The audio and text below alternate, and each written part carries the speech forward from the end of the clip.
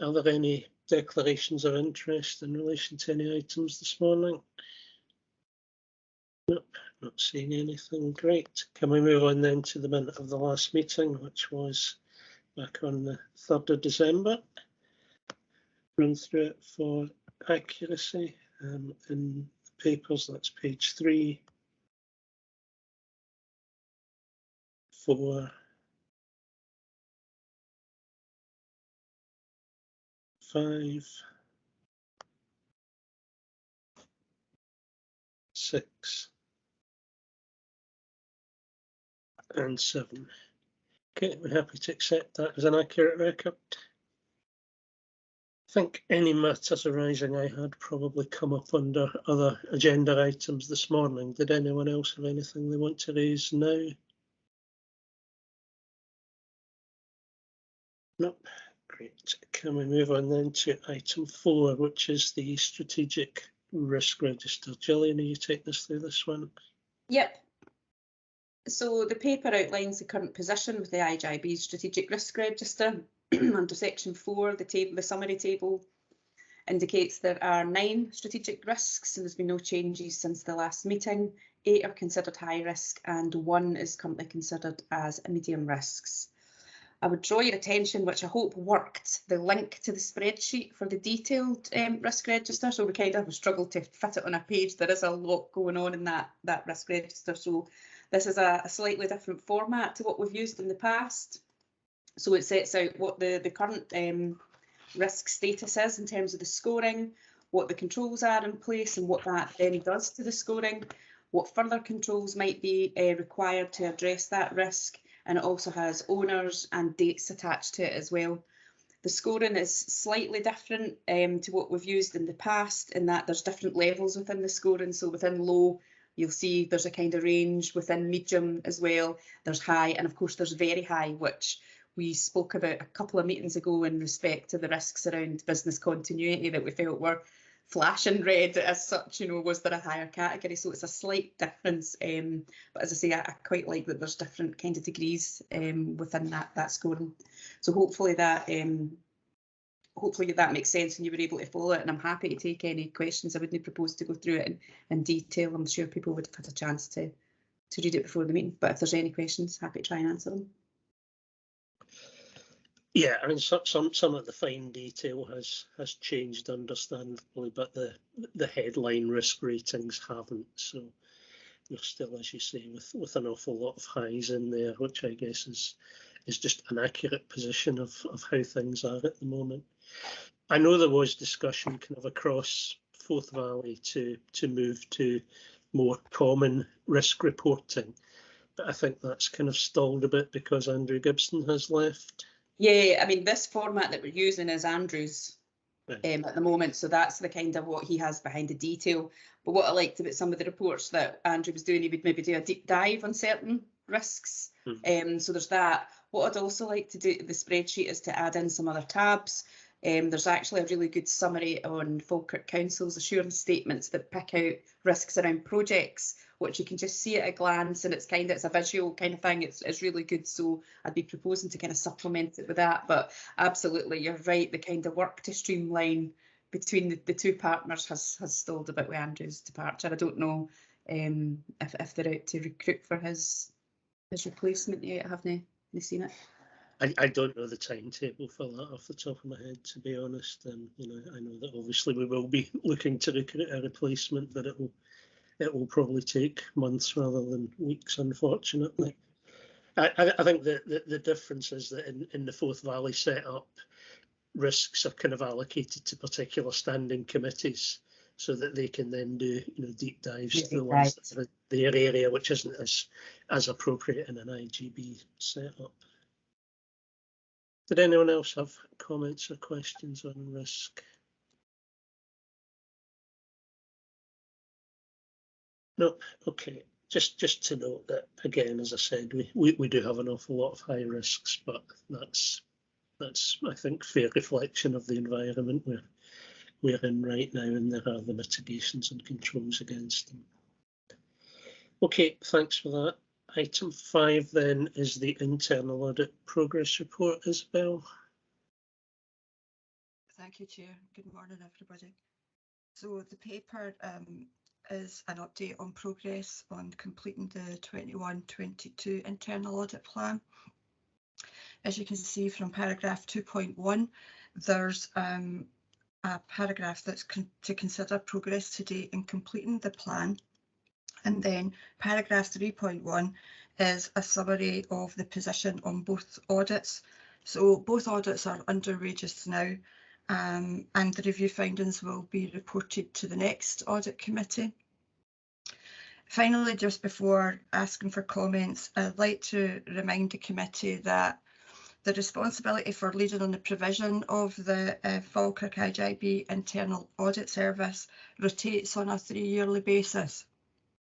From April of this year, the Chief Internal Auditor of NHS Fife, Tayside and Forth Valley NHS Internal Audit Consortium, easy to say, not, will take over this role. This means that our NHS auditor colleagues will develop an internal audit plan for 22-23, and that will be presented at the next audit committee along with the 21-22 annual assurance report. So thank you. I'll try and answer any questions. Okay, thanks, Isabel. Yeah, so that's 2 reports we'll see at our next meeting, in fact 3, with what will be Tony Gaskell's introduction to committee. Okay, that will be interesting to have that change of auditor. We'll see what that means for us. Again, any questions, comments from members?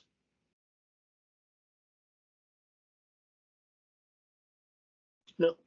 Okay, thanks, Isabel. I presume there will be some sort of kind of overlap between yourself and Tony as you tie things up and he takes over.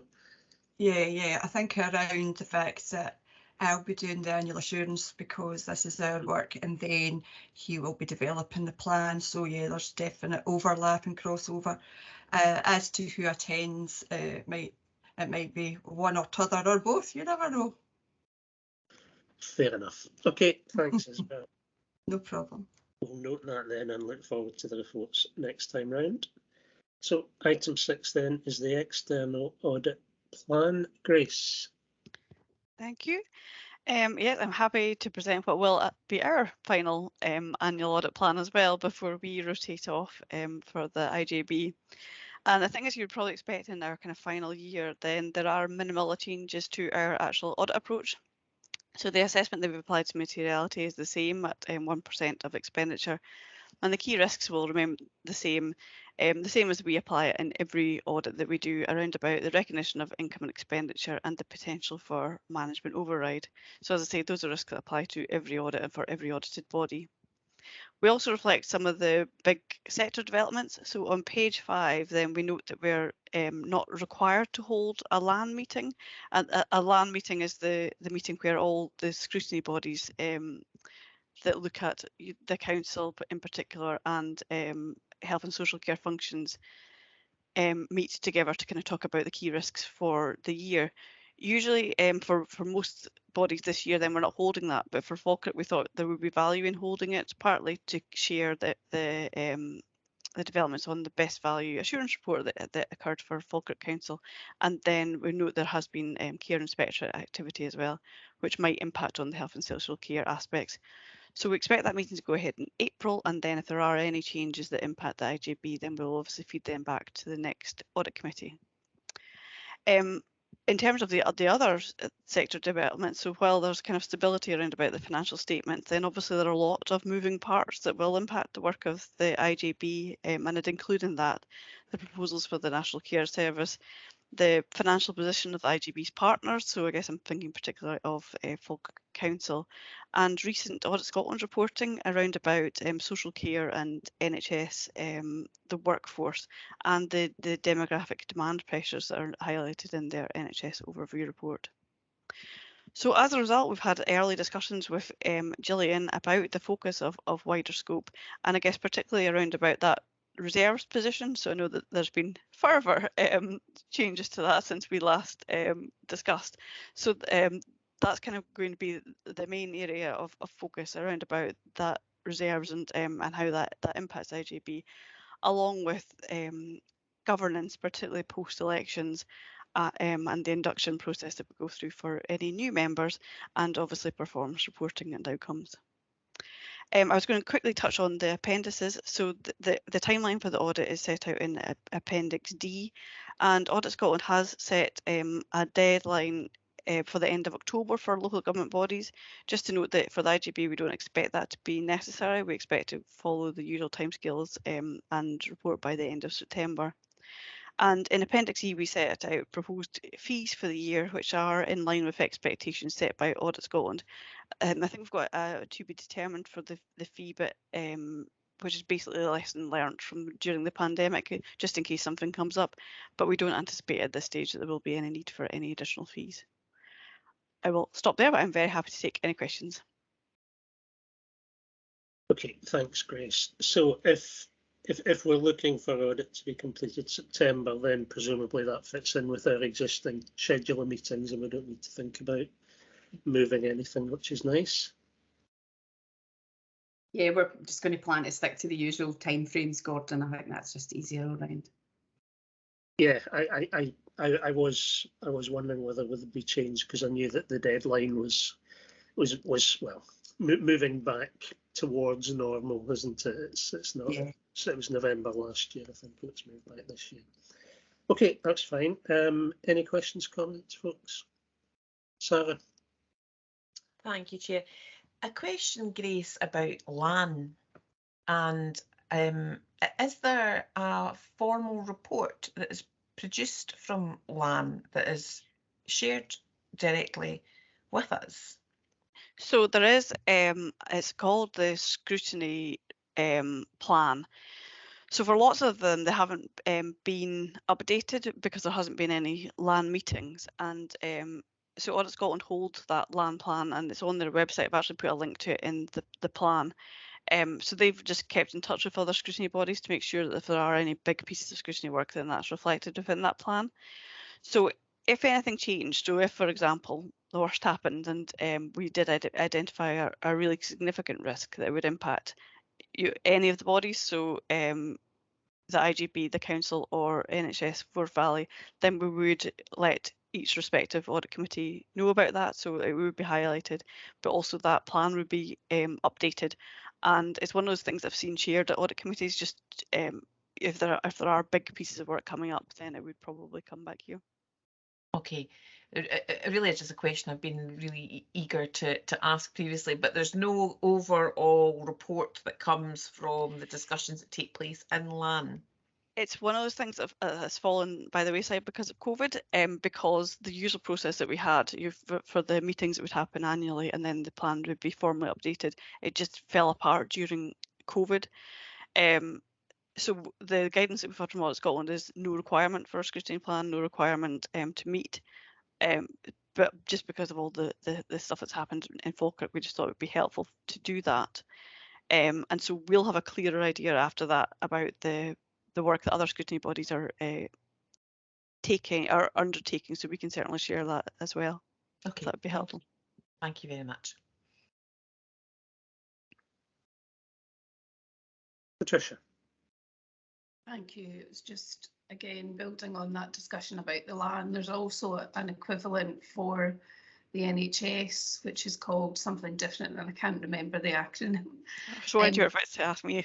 I can't remember. No, but I suppose it's that we're in that space across the two organisations, and you know, the Council Best Value report has highlighted again the lack of integration, and you know, we've had some discussion, and I've had some discussion with the NHS Chief Executive, that we've got sitting as a high risk.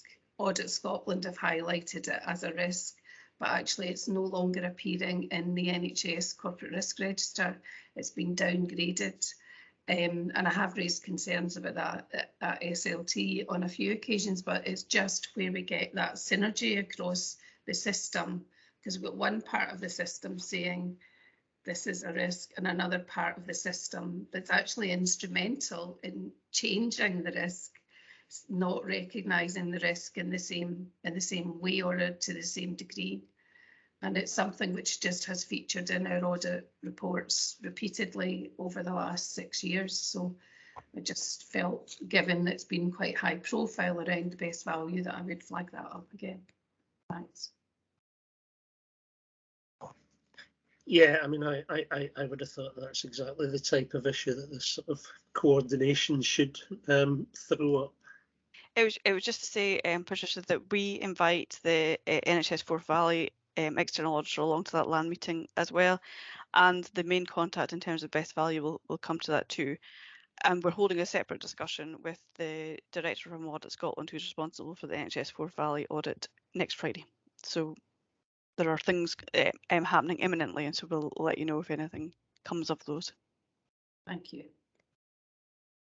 Okay, so we'll note that for now as an ongoing issue. Okay, anything else on item 6? Oh, okay, thanks, Grace. Item 7 then is National Audit and Inspection Reports. Gillian, these have already been mentioned. Yeah, so it's been busy in terms of publications, and this report, just as a snapshot at a point in time, there's obviously been several more since this report was published.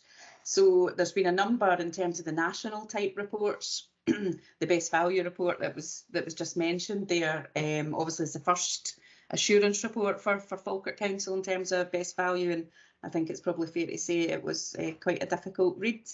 The report does conclude that, the kind of pace of change that's been required and several elements of the best value agenda hasn't really moved as fast as would have been expected. There's specific mention of the IJB within the report. It does recognise, there has been an element of increased collaborative working between NHS and Council through the partnership as part of our COVID response. But as Patricia's mentioned, there's still, reference about that need to fully integrate all aspects of our health and social care services.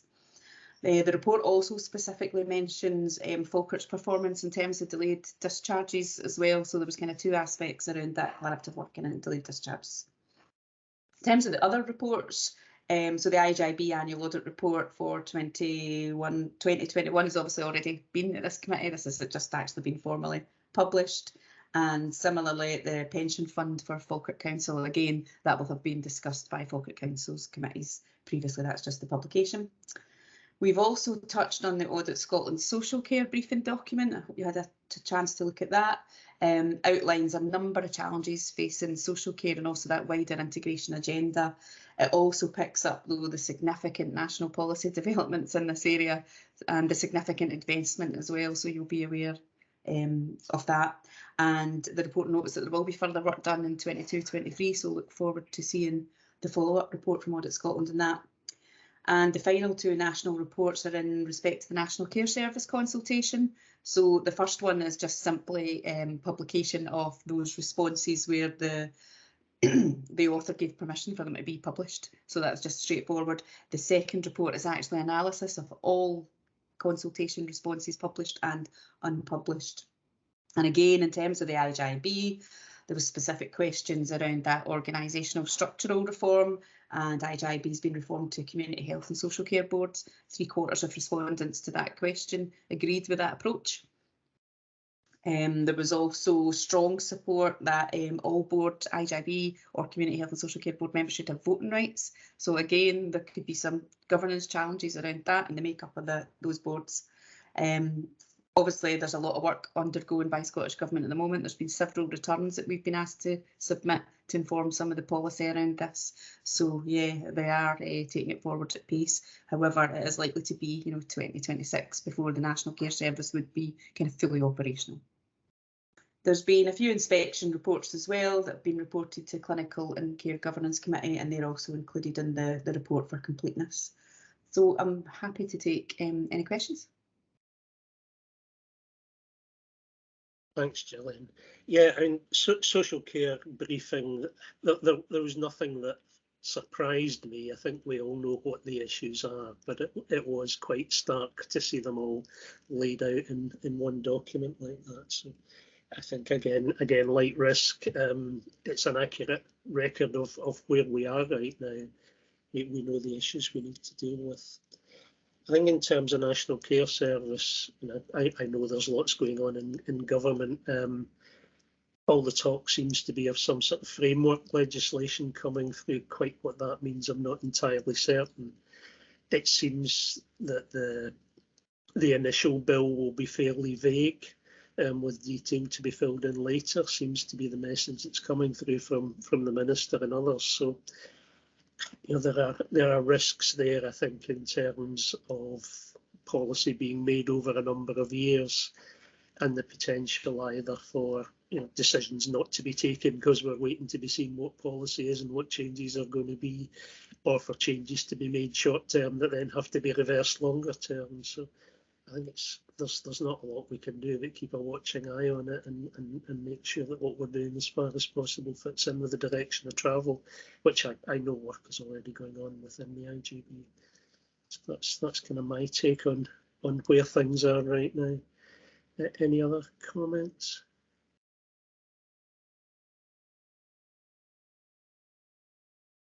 Nope. Okay, so I think we note those reports and with some interest, and we'll see what happens over the next year or two as hopefully things become clearer. Okay, item 8 then is governance statement improvement actions. Is that you again, Gillian? It is, Gordon, yeah. So this is just a summary of progress against a number of improvement actions that have been highlighted throughout the year through the governance statement or internal or external audit recommendations. So there are 11 live improvement actions at this point, one of which is complete, 7 are delayed and 3 are on track. So there is a detailed table in the appendix which outlines the position against all of those. I think the ones that are delayed are for obvious reasons, and we've already spoke about that. We have put in revised dates, but you'll notice that a lot of those revised implementation dates are the end of the financial year, which is in a couple of weeks' time. So there is quite a bit of work to be done. A lot of them are kind of tied in as well to the review of the integration scheme, which has again been delayed, so that is something we will have to actually bring forward. Certainly, I think Scottish Government's expectations is that we should be undertaking the reviews. They haven't given us a COVID pass around that, so we do need to pick that work back up. Again, happy to take any questions in the detail of the report. Yeah, that was exactly the question I was going to ask Gillian, because I have seen other IGBs beginning the process of consultation on the review, so just to see what the proposed timeline was in that regard. Yeah, we need to pick that back up. So there was a working group convened, and we did start making some kind of key changes, and those were agreed. The biggest kind of issue was, won't surprise you, was around the finance section in terms of that need for kind of longer term risk sharing arrangements, but also formal agreement around hosting and how that's going to work, where one partnership is kind of coordinating an area-wide service on behalf of the other. So it was just, they were slightly more complicated. So what we said we would do around the risk share agreement is get kind of feedback from what other areas were doing. I was going to summarise that and then bring back some options to discuss. So again, we'll have to take that back, Gordon, in terms of what the timescales will be for getting that group back together. Certainly work's progressed on the set aside, and we had kind of recognised that September might be a more realistic date. We've already agreed the medical budgets, but there was further work around AHPs, but also then just revisiting the kind of financial modelling and the capacity modelling, how that's going to change over time. So again, that's going to take a piece of work. So perhaps September might be a more realistic date for the integration scheme as well, to run alongside the set aside work. Yeah, I mean, a number of complexities in all of this, and I always think it's better to do things properly than to do them quickly. So yeah. If September is realistic, then fine, let's go with that. Okay, any other comments or questions? Robert? Yeah, just bearing in mind what you just said about doing things properly and not just quickly. What about the improvement notices that we're expecting at the end of the month? What's the realistic chance of that happening?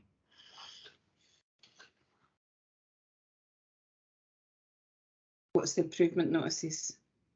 No, sorry, the stuff you were talking about earlier on, the tasks that were still ongoing and that would be finished at the end of March. Oh yeah, absolutely. We need to go back and look at them, Robert, in terms of dates. You're absolutely right. There's a number of them there. I'm just trying to look through. Yeah, I mean, so number 2 on the table will be the month later. So that's not a huge issue. It's some of the bigger ones that are linked to integration scheme, Robert. They're the ones that I think we're going to have to realistically push to September. Yeah. The rest will be a matter of months behind. I think they won't be significantly delayed. Right, okay, thanks. Okay, so you'll keep us updated with Yeah, we'll keep this up. Yeah. Timetable. Yeah. Patricia, You're on you're mute. mute. Sorry, Gordon, if we've concluded the other items on the agenda, if I could come in once that's done. Sure. That- Okay, was there anything else in this item then just before I close it off?